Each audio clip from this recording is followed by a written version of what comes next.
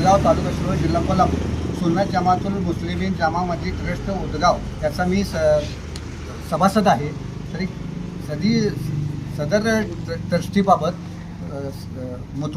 माजी मुतवल्ली यांनी एक इलेक्शन जाहीर केलं होतं की ते सभासदांची सहमती न घेता काही फक्त 300 सभासदांची यादी जाहीर करून बाकीचे 600 ते 700 लोकांचे सभासदांचे म्हणजे हक्कावर गदा आणलेले आहे.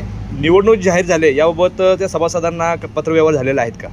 पत्रव्यवहार वगैरे काहीच झालेलं नाही. बरं, मग निवडणूक घेत असताना वक्फ बोर्डची परवानगी लागते किंवा त्यांना आपण माहिती कळवली त्या असे त्यांनी पत्रव्यवहार व्यवहार केलेले आहेत का? व्यवहार त्यांनी काही केलेलेच नाहीत. असं करायचं कोल्हापूरमध्ये जे ते वक्फ बोर्डचं ऑफिस आहे तिथं आम्ही तक्रार दिली. त्यांनी आम्हाला त्यांनी एक प्रश्न विचारला त्यांना त्यांनी त्याबाबत कोणत्या आदेशाने त्यांनी ते निवडणूक कोणत्या कायदे आणावे कोणत्या आदेशाने घेतले याबाबत तात्काळ तुम्ही सादर करावा, तोपर्यंत निवडणूक ही स्थगित करावी. किती तारखेला निवडणूक त्यांनी जाहीर केली होती? जाहीर त्यांनी केली होती 9/4/2026 आणि 22/4/2026 रोजी त्यांनी मतदान जाहीर केले होते. या निवडणुकीबाबत तुमचं आता म्हणणं काय? तुम्ही हे गावकरी एकवटला आहे.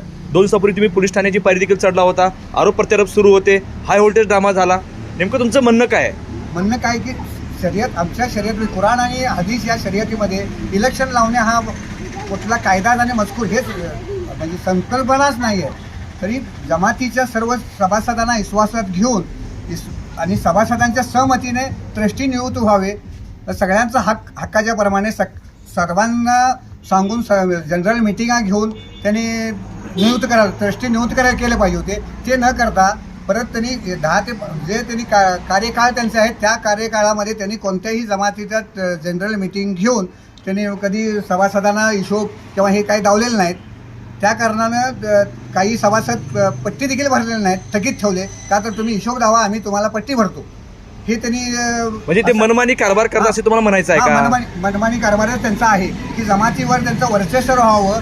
आम्हीच फक्त त्यांच्यावर जमातीवर दबाव टाकून सगळ्या सभासदांच्या वरती आम्हीच सांगतो. आम्ही सगळ्या राजकीय नेत्यांना देखील असं वाटावं की आम्ही सगळ्या समाजाचा मालकच आहे. त्या पद्धतीने त्यांनी एका राजकीय नेत्यांना देखील त्यांनी असं सपोर्ट करायचं की समाजाला कुठलाही म्हणजे विचार किंवा मिटिंग घेऊन समाजाचा सपोर्ट देतो असं काही त्यांनी मिटिंग कधीही घेतलेलं नाहीत. आणि समाजाच्या सर्व सभासदांना विचारून कुठल्या राजकीय नेत्यांना सपोर्ट केलेला नाहीत.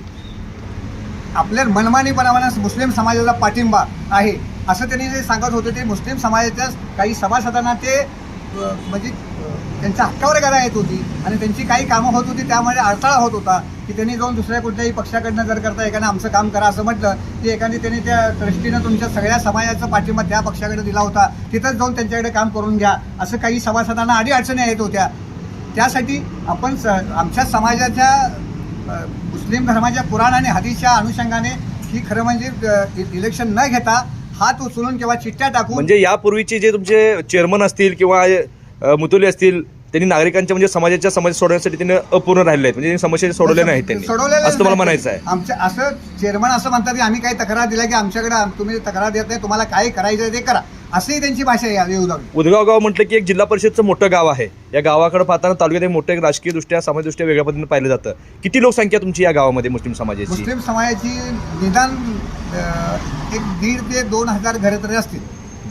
त्यापैकी आम्ही सभासद ह्या आपल्या मस्जिदीची. किती मस्जिद आहेत गावामध्ये? तीन मस्जिद ट्रस्टला नोंद आहेत. आणि किती सभासद आहेत?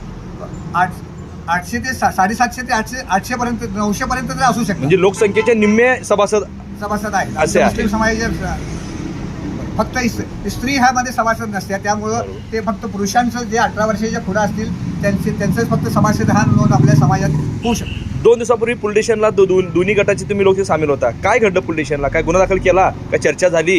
काय काही मध्यस्थीने तुमचा हा तोडगा काढण्याचा प्रयत्न केला? काय घडलं असं पोलीस स्टेशनला? तोडगा काढण्याचा प्रयत्न केला, परंतु त्यांचं कृत्यच त्या पद्धतीने ट्रस्टी हेच पोलीस स्टेशनला गेल्यामुळं की आमच्या समाजाचं मनच दुखवलं गेलं की हे जे काही जबाबदार असतात हे देवाच्या घरचं काम असल्यासारखं आहे, समविचारी पद्धतीने केलं पाहिजे. पण ते ट्रस्टी जर करता पोलीस स्टेशन आणि जे लोक जर मध्यस्थी करायला मिटवण्यासाठी येतात त्या लोकांच्यावरच हात जर उचलत असतील तर त्याच लोकांच्यावर अन्याय करत असताना त्यांनी स्वतः ट्रस्टी आणि त्या निवडणूक अधिकारी जो बोगस बनवलेला आहे त्या निवडणूक अधिकाऱ्याला घेऊन पोलीस स्टेशनला तक्रार दिली.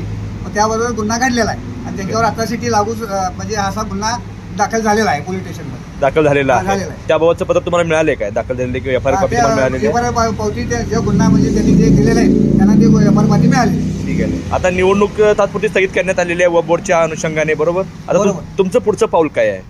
आमचं पुढलं पाऊल असं आहे की समाजाच्या सगळ्यांचा विचार घेऊन सगळ्यांची मिटिंग, समाजाची जनरल मिटिंग घेऊन जमात जी ठरवतील, सभासद ठरवतील त्या पद्धतीनं हे इलेक्शन व्हावं.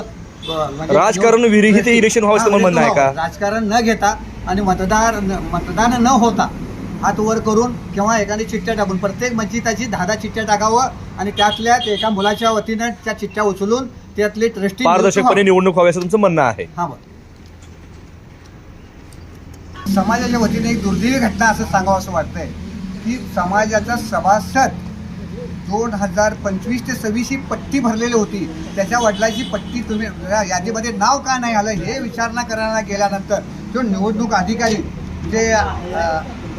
अधिकारी जे आहेत अकबर हुसेन जमादार हे बोगस निवडणूक अधिकारी निवड केलेलं असल्यामुळे त्यांनी कुठलीही माहिती तू मला कोण विचारणार तर तुझ्या वडिलाला पाठवून देतो. म्हणजे तो जो विचारायला गेला होता तेव्हा म्हटलं वडील माझे बीपीचे वगैरे घरात झोपलेले आहेत, तर तुम्ही यादीमध्ये नाव काय आलं नाही ते विचारून जरा येतो का? तर तो बी पत्रकारच आहे एका प्रकाराचा.